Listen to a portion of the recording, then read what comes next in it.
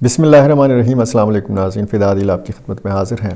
بلوچستان سے افسوسناک خبریں موصول ہو رہی ہیں اور گزشتہ کچھ گھنٹوں کے اندر بڑے مربوط بڑے خطرناک حملے کیے گئے ہیں ملیٹنٹس کی طرف سے۔ خیبر پختونخوا میں نے پچھلے ویڈیو میں تفصیل آپ کے سامنے رکھی تھی کہ کہاں کہاں پہ کس نوعیت کے حملے کیے گئے، بنو میں، ڈیرہ اسماعیل خان میں، کرم میں، اور پاک افغان بارڈر کے قریبی جو علاقے ہیں خصوصاً شمالی وزیرستان، یہاں سے بھی کچھ افسوسناک خبریں جو ہیں یہ آ رہی ہیں۔ جس طریقہ واردات کو استعمال کرتے ہوئے F C headquarter Quetta پہ حملہ کیا گیا تھا، ایف سی لائنز بنو پہ حملہ کیا گیا تھا، بنو کینٹ کے اوپر 2 حملے کیے گئے تھے، اور پھر Peshawar F C headquarter پر حملہ کیا گیا تھا، وہی طریقہ واردات استعمال کیا گیا ہے بلوچستان میں۔ اور وہاں پہ بتایا گیا ہے کہ نوکنڈی کا علاقہ ہے، یہاں پہ ایف سی ہیڈ کوارٹر کو نشانہ بنایا گیا ہے، مرکزی گیٹ پر خودکش حملہ ہوا ہے۔ اس کی تفصیل میں نے آپ کے سامنے رکھنی ہے۔ پاکستان اور افغانستان کی کشیدگی، اور اس کشیدگی میں دن بدن اضافہ ہو رہا ہے۔ جیسے جیسے پاکستان کے اندر حملوں میں ہم اضافہ دیکھتے ہیں، پاکستان کا دباؤ بڑھ رہا ہے افغان طالبان کے اوپر، اور افغان طالبان کی طرف سے فی الوقت ایسی کوئی پیش رفت نظر نہیں آ رہی کہ جس کی بنیاد پر یہ کہا جا سکے کہ وہاں سے بھی کوئی ایسی کوشش ہو رہی ہے کہ پاکستان کے ساتھ تعلقات جو ہیں یہ بحال کیے جا سکیں۔ پاکستان میں ایک ہی دن میں اور اس سے ایک دن پہلے یعنی 3 مختلف پریس کانفرنسز ہم نے دیکھی۔ دفتر خارجہ کے ترجمان کی briefing, D G I S P R کی پریس کانفرنس، اور وزیر خارجہ اسحاق ڈار کی پریس کانفرنس میں ساری باتیں ہم نے افغانستان کے متعلق دیکھیں۔ اور اس حوالے سے اگر آپ دیکھیں تو پاکستان کے جو سیاسی اکابرین ہیں وہ بھی جب بات کرتے ہیں تو افغانستان کا ذکر ضرور آتا ہے۔ افغانستان کے ساتھ جو معاملہ چل رہا ہے اس کا تذکرہ باتوں میں، بیانات میں، تقریروں میں ضرور ان معاملات کا ذکر آتا ہے۔ سب سے پہلے یہ معاملہ آپ کے سامنے رکھ دیتے ہیں کہ بلوچستان میں کیا ہوا۔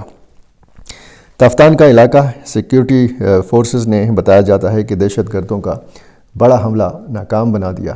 4 حملہ آور آئے اور ایک بارود بھری گاڑی جو ہے یہ فرنٹیئر کور ہیڈ کوارٹر فیڈرل کانسٹیبلری کے یا فرنٹیئر کور، میرا خیال ہے یہ بتایا جاتا ہے، فرنٹیئر کور ہیڈ کوارٹر نوکنڈی کے مرکزی گیٹ پر اس خودکش حملہ آور نے پہلے خود کو دھماکے سے اڑایا۔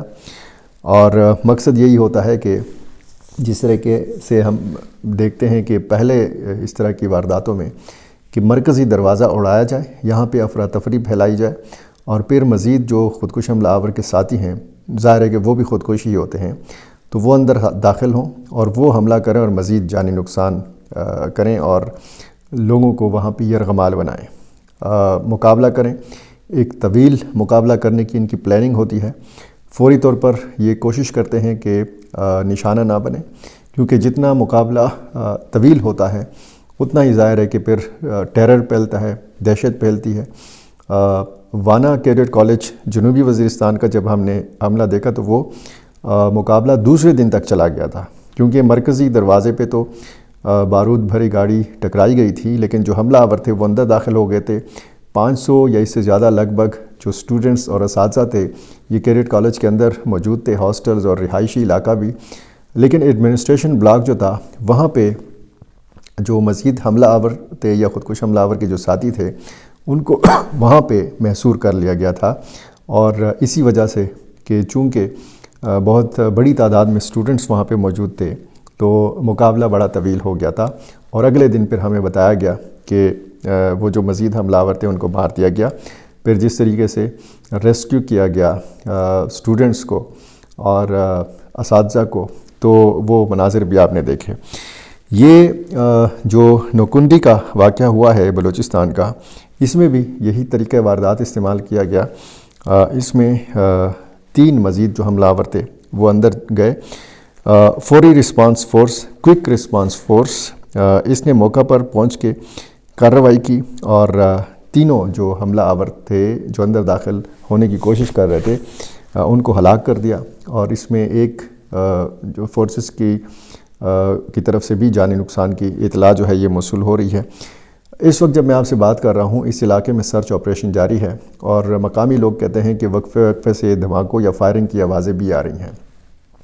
یہ بھی بتایا گیا ہے کہ بلوچستان میں مختلف چھوٹے بڑے واقعات میں تقریباً 7 حملے کیے گئے۔ یہ مربوط حملے، یہ منظم حملے بلوچستان میں اور خیبر پختونخوا میں کیا پیغام دے رہے ہیں؟ ظاہر ہے کہ جس طریقے سے اگر ایک حکمت عملی بنانے کی کوشش کی جاتی ہے اور ملیٹنٹس کی طرف سے ایک پلاننگ کے تحت حملے بڑھائے جاتے ہیں، تو ظاہر ہے کہ مقصد یہی ہے کہ ریاست پاکستان کو دباؤ میں لایا جائے، اور جتنا یہاں پہ حملے ہوتے ہیں اتنا ہی پاکستان کا دباؤ بڑھتا ہے افغان طالبان کے اوپر۔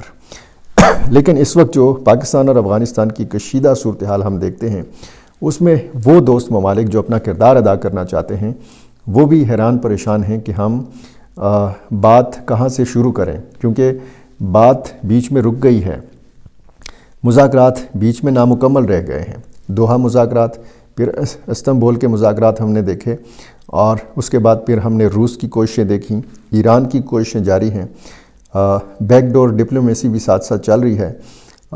کچھ ڈپلومیٹس جو ہیں دونوں طرف کے، وہ کوشش کر رہے ہیں، آپس میں ان کے رابطے بھی ہیں، لیکن جب حملہ ہوتا ہے تو اس کا بڑا شدید رد عمل ہوتا ہے، اور پھر ہم دیکھتے ہیں کہ یہ رد عمل جو ہے اس میں یہ بھی ہم دیکھتے ہیں کہ جب حملہ ہوتا ہے تو ڈپلومیٹک جو ایک محاذ ہے اس پر ہمیں خاموشی چھائی ہوئی نظر آتی ہے۔ وہ سفارتکار جو کوشش کرتے ہیں کہ یہ معاملات بحال کیے جائیں، وہ ایک سائڈ پہ خاموش بیٹھ جاتے ہیں، اور دوسری طرف سے انتظار کیا جا رہا ہے کہ کب پاکستان جو ہے اس قسم کی جوابی کارروائی کرے گا جس قسم کی جوابی کارروائی اس سے پہلے ہوئی ہے۔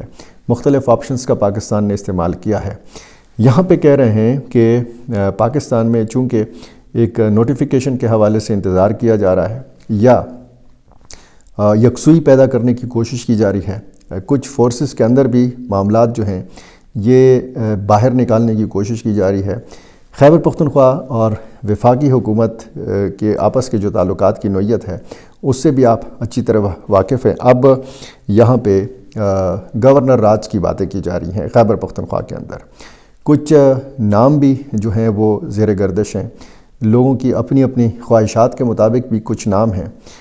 اب وہ گورنر فیصل کریم کنڈی کہ جو کبھی کبھار خیبر پختونخوا یا پشاور کے دورے پر آتے ہیں، زیادہ تر وہ کراچی میں پائے جاتے ہیں، لاہور میں پائے جاتے ہیں، اسلام آباد میں پائے جاتے ہیں، اور جن کو پشاور کے صحافی نہیں نظر آتے، جن کو صرف صحافی نظر آتے ہیں، وہ جن کا تعلق ڈیرہ اسماعیل خان سے ہو، جن کا تعلق اسلام آباد کے کسی بڑے میڈیا ہاؤس سے ہو، جو بڑا اینکر ہو، وہی ان کی نظر میں صحافی ہے، اور یہ جب سے وہ گورنر بنے ہیں ہم نے ان کا یہی طرز عمل دیکھا ہے۔ یہ کیوں ہو رہا ہے؟ یعنی فیصل کریم کنڈی میں کیا ایسی کمی ہے کہ جن کو تبدیل کرنے کی کوشش کی جا رہی ہے؟ کیا وہ وفاقی حکومت یا ریاستی اداروں کی توقعات پر پورا نہیں اترے؟ علی امین گنڈاپور ایک بات کیا کرتے تھے فیصل کریم کنڈی کے حوالے سے کہ آپ میری وجہ سے گورنر بنائے گئے ہیں، کیونکہ میں ڈیرہ اسماعیل خان سے تعلق رکھتا ہوں، یعنی علی امین گنڈاپور یہ کہا کرتے تھے، اور چونکہ آپ قومی اسمبلی کی نشست پر میرے مد مقابل رہے ہیں، میں وزیر اعلیٰ ہوں، تو مجھے خراب کرنے کے لیے آپ کو گورنر بنایا گیا ہے۔ اب علی امین گنڈاپور نہیں ہے تو کیا فیصل کریم کنڈی کی بھی ضرورت نہیں رہی؟ مختلف سوالات ہیں۔ اطلاعات تو یہی ہیں کہ گورنر یہی رہیں گے، اور چونکہ بہت سارے نام ایسے آ رہے ہیں، جیسے امیر حیدر خان ہوتی کا نام آ رہا ہے، عوامی نیشنل پارٹی نے صاف جو ہے وہ اس سے انکار کیا ہے یا کہا ہے کہ جی ہمیں اس معاملے سے دور رکھا جائے۔ اب ظاہر ہے کہ یہ اپنی خواہشات کے مطابق، کچھ لوگوں کی خواہشات کے مطابق نام ہیں جو زیر گردش ہیں۔ آفتاب شیرپاؤ کا نام ہے، کچھ ریٹائرڈ جرنیلوں کا نام ہے، کچھ سابق کور کمانڈرز کے نام ہیں۔ تو بہرحال یہ معاملہ جو ہے اس سے بھی پتہ چلتا ہے کہ یہاں پہ سیاست کو زیادہ توجہ دی جا رہی ہے۔ سیاسی محاذرائی جو ہے اس میں تحریک انصاف کو یا صوبائی حکومت کو خراب کرنے کی جانب زیادہ توجہ دی جا رہی ہے۔ جو اصل مسئلہ ہے ملیٹنسی کا، شدت پسندی کا، دہشت گردی کا، وہ ابھی تک ہماری ترجیحات میں ہی نہیں ہے۔ ہم نے یہ طے ہی نہیں کیا کہ ہم نے کرنا کیا ہے۔ وہ جو ایک خیبر پختونخوا امن جرگے کا انعقاد ہوا تھا، اس کی سفارشات کدھر گئیں؟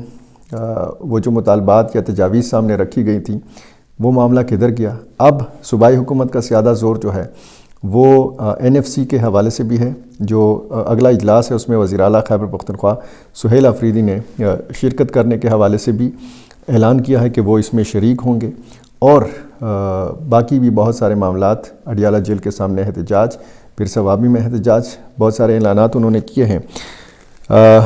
لیکن معاملہ ہے امن و امان کا۔ خیبر پختونخوا کے قبائلی علاقوں میں آپ دیکھیں صورتحال کیا ہے۔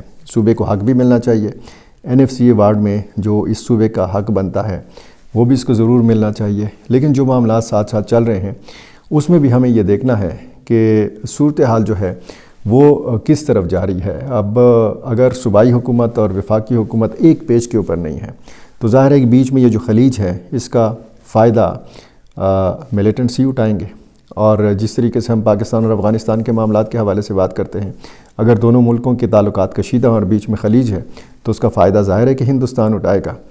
تو یہی معاملات ہیں کہ جن پر ہم روزانہ کی بنیاد پر بات کرتے ہیں۔ میرا چینل آپ نے ابھی تک سبسکرائب نہیں کیا، یہ کر لیجیے، مجھے اپنی رائے سے ضرور نوازا کیجیے۔ بہت شکریہ۔